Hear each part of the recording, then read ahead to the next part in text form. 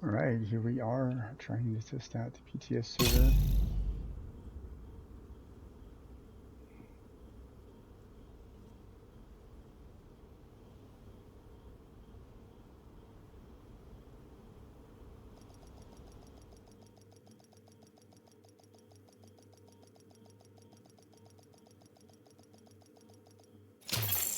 Safe area detected. Have no arms and no legs. They call me Hollow Man.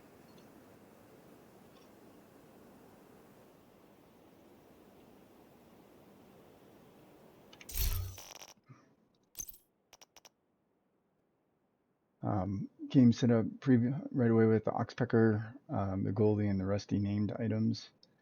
The Oxpecker is the new SMG, which your shield wears down rather quickly, but as long as you're doing damage, it'll get repaired. Um, let's see, what else we got here? Doom. Apologies, getting some feedback. Um, the goalie and the Rusty both have a talent of perfect pressure point, which amplifies weapon damage by 15% to enemies under status effects. I think what Ubisoft or the Division team had said this is going to be heavily skill focused season.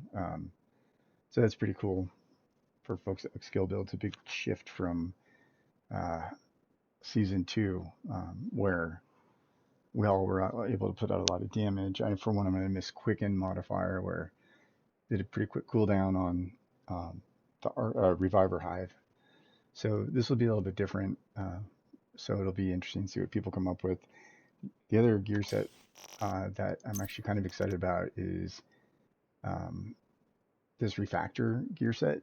Uh, Mostly because you get extra status effects and skill damage, which is huge. So if you're using things like burn, I think burn's going to be really big for everyone to use burn and bleed type builds. So you get skill damage and status effects. Return to sender, you get repairs of 10% for all the damage dealt by your skills, and your allies get 20%. Agent So requesting in a backup. team capacity, this is pretty cool. Like, so you could have people running DPS, and if you're just like constantly throwing skills out there, it'd be pretty neat. I'm curious how if we mix this up with something like the Ninja Bike, with I don't know, some other types of items, like it might help out. If you have the chest, you can increase the repairs from 10 to 25% and 20 to 35. So definitely for yourself, it's pretty cool to have. I decided to throw this on as the backpack, the shiny monkey gear. Hilarious name. This just has bloodsucker. This isn't a named item. The named item is this backpack, which has perfect energize. Pretty cool. It's also the named birdies backpack, which is again about picking your teammates up. So if you are a healer or somebody who's just running skills, that damage resistance. I think about how many times, like when you're trying to pick up your teammates and you get mowed down, especially in legendary. This could be, I don't know, pretty cool. I think pretty cool to use, and a successful revive gives you an extra skill tier for 30 seconds, and I don't know, and then you have a faster revive speed and a weakened debuff timer. So pretty cool to check out. These gloves, I decided to throw these on since they're named Exodus gloves. Smoke screen on armor break, you'll drop a smoke bomb. Concealing you from enemies for 3 seconds. And playing with this, I haven't actually seen it happen, mostly because I have it on normal mode. I believe there was some named knees, these grease knees from the shiny monkey gear. Gives you 16% status effects. So again, if you're doing things with status, it might be beneficial if you were going to run like the gloves for this for like a 4 piece and you wanted a couple of the shiny monkey. Plus with a second shiny monkey, you get skill efficiency, which I think would be a pretty big deal. But look at that, 3 pieces, 52% repair skills. When you think of like a healer build, might be kind of interesting. Um, that being said, this is my first time running on PTS. I don't play on PC very often, mostly always console. So it's been a long time since I've played console or PC games. I'm really terrible. Anyways, I started this character on 1 for some unknown reason. I think because I don't have, they must have like some apparel. Because when I'm logged out, you can actually see that I actually have body parts. Oh wait, I don't want to quit game. I want to log out. So if I log out, it'll take me back to my start screen where I can pick character, and you'll actually see that I've got actual clothes on, like a hat and jeans and a jacket. So I really do have limbs, but for whatever reason, and I have eyes. Although when I seem to go into the game, I have no eyes, no arms, no legs. I think I have eyes, I just don't have retinas or pupils or anything like that. Safe area entered. I look kind of terrible. I guess I do have something going on there, but my eyes look pretty sketch. I do have a torso and hands, but that's about it. I'm like RoboCop, but without the robotic parts. So this is not a well set up build for me at least, but we can run around and how about we go over here and go do this control point real quick. Come on. Agent? Okay, Looks like the Truces have set up an armory in the National Bond Bank. We Feel need you to like secure the location and destroy that munitions stockpile. Take a slow stroll through here. Okay, I just want to get it resolved. Hopefully people will see this and troll me for being on normal mode, but that's just how it is. I don't know all the PC controls yet anyways. I was playing around with this briefly yesterday. This SMG is actually kind of fun. I think I have this build saved out with the shield on. So I'll, looks funny when I hold the gun too. So I'll definitely pop it, and you'll see that it'll just start like taking damage immediately and wearing down. And so you really have to watch it, because if you don't, Classified assignment you'll end location up detected. stunning yourself. Although it doesn't seem to be as impactful, but I guess if I pop it out right now, you'll see how it's wearing down real fast. And it's got to do its active regen. We'll go find this thing, because this just helps with fast traveling. If you've never done the classified assignments because you're new to the game or just never really did them, do them. They're pretty fun. Can't do them too often, but it's good to do them at least once.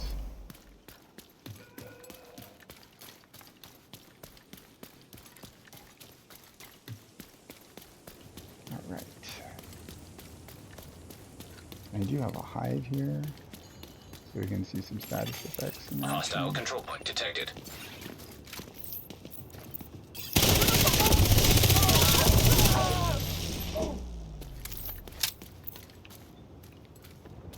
Didn't take much to mow those down. The new journey stuff's cool too. You can see how much stuff that lights up.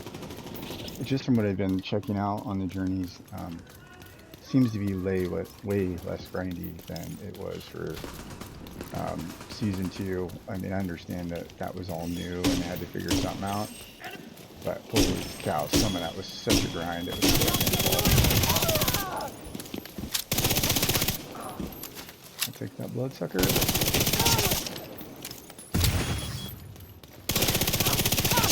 I feel like these guys just stand around and look at me a lot more. Maybe it's just the way it is on normal.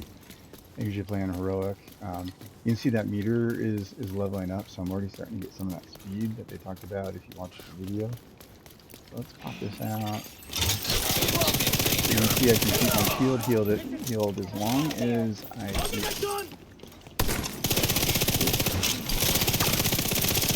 As long as I keep making damage. But boy, once I stop making damage, it goes real fast. Call our friends. Reinforcements en route. Oh, we throw this up here for you.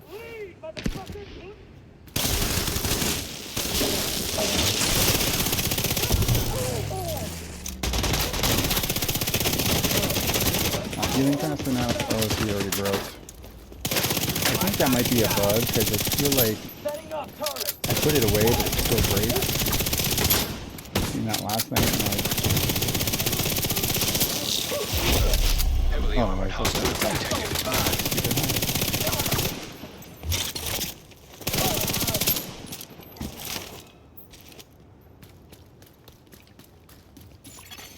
Civilians in distress. What are we hiding back here for?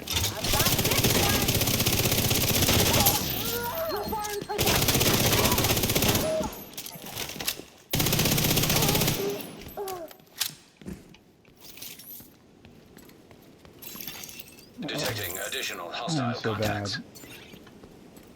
I probably need to use a different key mapping. Oh my lord. That's not a great feel. I will probably use that 100 times to throw my shield out for no good reason.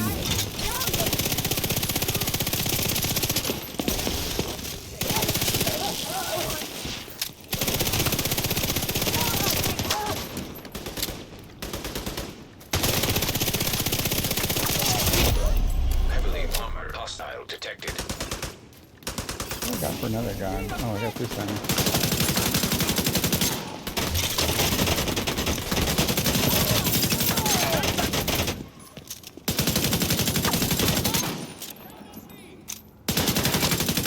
This supposed to keep my shield up. I'm not a lot around.